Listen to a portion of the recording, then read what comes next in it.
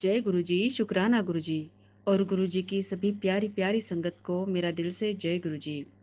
यह सत्संग करते वक्त अगर मुझसे कुछ भी गलती हो जाए तो संगत जी, गुरु जी मुझे माफ़ करिएगा। तो गुरु जी का एक सबसे प्यारा मैसेज है आज का कि गुरु जी कहते हैं कि मेरे जब भी आप सत्संग करते हैं तो वो सत्संग बहुत सिंपल होना चाहिए, बहुत सिंपल होना चाहिए। क्योंकि हम सत्संग करते हैं तो इसलिए करते हैं कि हम अपने गुरु से, अपने प्यारे गुरु पास से, अपने महादेव से कनेक्ट हो सके। हमारी यह आत्मा अपने परमात्मा से कनेक्ट हो सके, जुड़ सके। इसलिए ये सत्संग किए जाते हैं और इस सत्संग के द्वारा गुरुजी न जाने हमारे कितने कष्ट कर्म भी काट देते हैं, हमें कितनी सारी ब्लेसिंग्स दे देते हैं। इतने हम इतने हमारे प्यारे गुरुजी इतने सिंपल और सादे हैं कि वो कुछ भी नहीं देखते, उन्हें बस सिंपलिसिटी चाहिए होता है, प्यार चाहिए होता है अपने संगत का। तो मेरी भी यही विनंती है जी, सबसे विनंती है कि संगत जी जब भी सत्संग करे तो वो बहुत सिंपल हो, कोई तामझाम नहीं। क्योंकि मैंने फेसबुक पर एक छोटा वीडियो देखा, क्लिप देखा जिसमें संगत ने पॉप गाने लगाए हैं, अपनी भाषा में कहे तो ढिंचक वाले गाने लगाए जिस पे सब लोग नाच रहे हैं, डांस कर रहे हैं गुरुजी के सत्संग में। हमारे गुरुजी ने ये संस्कार हमें नहीं दिए हैं। और उनके पुराने सत्संग भी सुनो तो जो संगत है वो इतने अच्छे तरीके से बताते हैं, कितने सादगी के साथ हमारे गुरुजी उनको बिठाते थे और एकदम शब्द गुरबानी से उन्हें जोड़ लेते थे, उनका कल्याण कर देते थे उस सत्संग में। वही नियम हमें आज भी फॉलो करने हैं। कुछ भी हमें अपने मन से कुछ भी जोड़ना नहीं है सत्संग करते वक़्त, क्योंकि ये गुरुजी का सत्संग है। ये सत्संग गुरुजी ने ही करवाए थे उनके हिसाब से, उनके तरीके से, और वही हमें फॉलो करना है। हमें अपने मन का कुछ भी नहीं, एक्स्ट्रा का कुछ भी नहीं करना है संगत जी, बहुत सिंपल तरीके से करिए। वो तो कहते हैं थे गुरुजी के, क्योंकि मैंने भी पुराने सत्संग में सुना है, वो कहते थे कि एक सिंपल चेयर भी लगा दो, कपड़ा बिछा दो, या तो एक चुन्नी ओढ़ा दो और कुछ फूल चरणों में चढ़ा दो, बस। गुरुजी तो उसी में ही अपना प्यार न्योछावर कर देते थे हम सब पर, संगत पर। और उस सत्संग में गुरुजी बिल्कुल आ ही जाते थे, विद्यमान हो ही जाते थे अपने आसन पर। तो संगत जी, हमें कुछ भी तामझाम करने की ज़रूरत नहीं, बहुत सादगी से सत्संग करिए। बस हमारी तार, हमारे आत्मा की तार अपने गुरु पास से, अपने परमपिता परमात्मा से, अपने महादेव से, अपने गुरु जी से जुड़े, ये सबसे महत्वपूर्ण होता है। लंगर भी बहुत सिंपल रखिए, बहुत सिंपल। गुरु जी तो कहते थे कि एक दाल और 2 रोटी और एक चटनी भी हो, और कड़ा प्रसाद बहुत हो गया। क्योंकि ये ब्लेसिंग्स होती है, ये सिंपल सिंपल वे में ही दी जाती है। और ये सिंप्लिसिटी ही हमें, सादगी ही हमें अपने गुरु तक जोड़ती है। कुछ भी ज़्यादा करने की ज़रूरत नहीं है। नाचना गाना वगैरह ये सत्संग का हिस्सा नहीं है। हाँ, गुरु जी नचवाते थे किसी एक आध संगत को, जिनका वो कल्याण करना चाहते थे, वो उनका तरीका होता था आगे वाले को ब्लेस करने के लिए, उसका कष्ट कटवाने के लिए। वो वो अलग बात है। पर सत्संग में हमें ऐसा कुछ भी नहीं करना है जिससे हमारे गुरु जी की का इर्रिस्पेक्ट हो, और जो बाकी संगत को देखने में भी अच्छा ना लगे, और जिससे हम गुरु जी से जुड़ ना पाए। तो ऐसे काम, ऐसे हमारे मन की कुछ भी चीज़ें संगत सत्संग में कोई ऐड ऑन नहीं करना है हमें।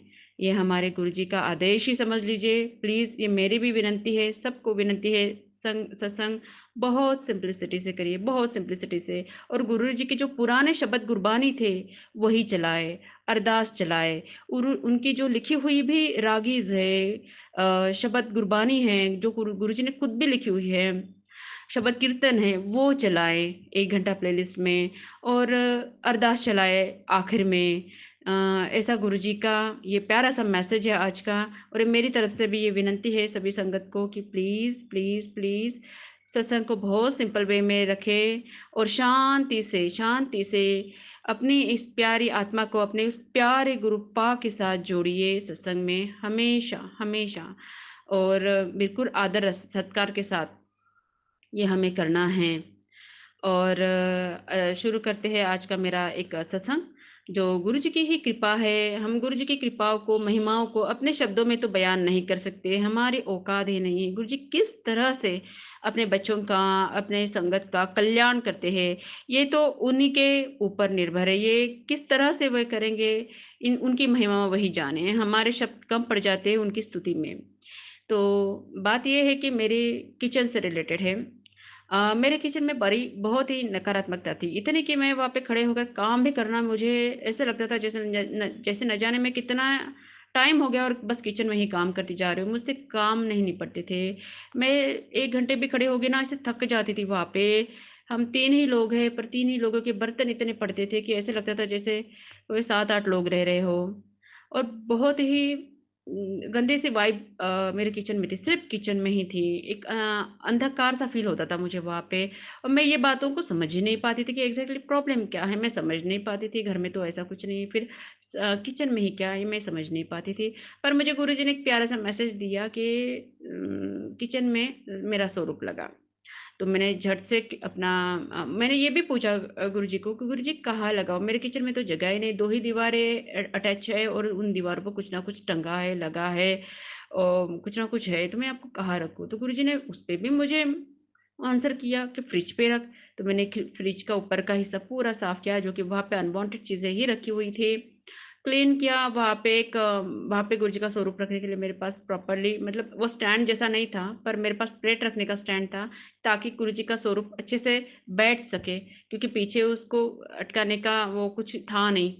तो इसलिए मैंने वहाँ पे गुरुजी के स्वरूप को रखा सही से, ताकि उसको हिले-डुले ना हो, परेशानी ना हो, और वहाँ पे कपड़ा बिछा के मैंने गुरुजी के स्वरूप को वहाँ पे रख दिया। गुरुजी की कृपा से हुआ ये।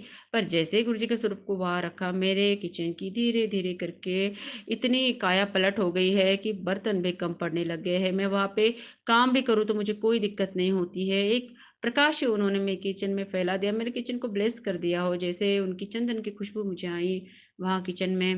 मतलब मैं क्या कहूँ सच में। गुरुजी की महिमा अपरंपार है। वो किस तरह से अपने बच्चों का कल्याण करते हैं, उनको सच में मौज करवाते हैं, उनके हर छोटी से छोटी और बड़ी से बड़ी तकलीफ से उन्हें बचाते हैं। मतलब ये हम अपने शब्दों में सच में बयान नहीं कर सकते। ये बहुत सुंदर कृपा मेरे गुरुजी ने मुझ पर की, मेरे किचन को ब्लेस किया। मैं उनका बेअंत शुकराना करती हूँ कि गुरुजी आप हैं तो हम हैं, वरना हम कहीं नहीं, कुछ नहीं। हमारी तो हँसी ही नहीं होती, बिल्कुल नहीं होती, क्योंकि जीवन में इतने दुःख भी झेल लिए ऐसे-ऐसे लोग, जो हमें एक आँख सुख से देख भी नहीं सकते हैं, ऐसे अपने ही घर के लोग। पर गुरुजी हैं हमारे साथ, हमारे महाशिव हैं, जो सदा हमारी रक्षा करते हैं। बहुत शुकराना प्रभु, बहुत शुकराना। वैसे ही और एक सत्संग है कि गुरुजी ने मुझसे अपना एक स्वरूप विसर्जित करवाया, जो बहुत खराब हो चुका था, उसे फंगस लग गया था नीचे से, क्योंकि उसपे ऊपर ना थोड़ी-सी चाय का भोग लगाते वक़्त चाय छलक गई थी और वो अंदर से थोड़े काले धब्बे पड़ गए थे नीचे के हिस्से में। गुरुजी ने मेरी बेटी को सपने में आके वो स्वरूप मुझसे विसर्जित करवाया। बेसिकली वैसे देखा जाए तो गुरुजी ने मुझे एक सत्संग के ज़रिए बताया, और एक आंटी से भी मैंने पूछा, तो उन्होंने यही कहा था विसर्जित कर लो। पर जब विसर्जित किया तो मैं बस लेके गई स्वरूप, तो गुरुजी ही लेके गए, और एक कुंड के यहाँ हमें लेके गए गुरुजी, क्योंकि मेरे हस्बैंड बिल्कुल चलते नहीं हैं। मैं बहुत उनको कहती हूँ, बट ये तो गुरुजी की महिमा थी, कृपा थी, इसलिए वो मुझे उस दिन लेके गए और अपना स्वरूप भी विसर्जित करवाया। और मेरी बेटी उस दिन बताती है कि मम्मी मेरे सपने में गुरुजी ने आकर यही बताया था कि स्वरूप को विसर्जित कर देना है। तो देखिए कैसे गुरुजी बेटी के ज़रिए, पर बेटी ने मुझे बताया नहीं, वो बात अलग है, वो भूल गई होगी शायद। पर मुझे गुरुजी ने खुद भी ऐसे हिंट दिए और क्लैरिटी दी, तो ये स्वरूप उन्होंने ही विसर्जित करवाया, क्योंकि सच में उस कुंड की तरफ हम बिल्कुल भी जाते नहीं। उस दिन पता नहीं मेरे हस्बैंड कैसे लेके गए हमें घुमाने उस तरफ। तो बहुत शुक्राना गुरुजी, आप अपने कार्य मतलब किस तरह से हमसे कराते हैं, हम तो कर भी नहीं पाते। हम तो समझ के भी हम ये पक्का ही नहीं कर पाते हैं कि ये हमें करना ही है कि नहीं। पर आपको पता रहता है कि क्या हम हमसे करवाना है, कैसे करवाना है, सब आप करवाते हैं गुरुजी।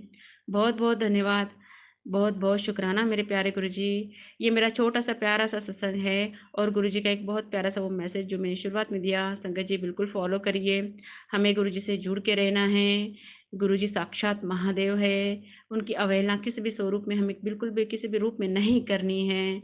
बस गुरुजी को फूल बहुत पसंद थे, फूल के साथ सज्जा बहुत पसंद थी, बस वही करिए सिंपल तरीके से, कोई ज़्यादा तामझाम नहीं, बहुत ज़्यादा कुछ ज़्यादा सजा-सजावट नहीं, क्योंकि सत्संग करना ये हर संगत का एक अधिकार ही बोले, एक कर्तव्य भी बोल सकते हैं। ये गुरु जी की ही रज़ा होती है एक्चुअली, सच में ये रज़ा ही होती है और ये करने का जो कर्तव्य बोले, हक बोले, ये उन्होंने अपनी संगत को दे रखा है। संगत चाहे गरीब हो या अमीर हो, पर सब लोग कर सकते हैं, अपने-अपने वे में कर सकते हैं।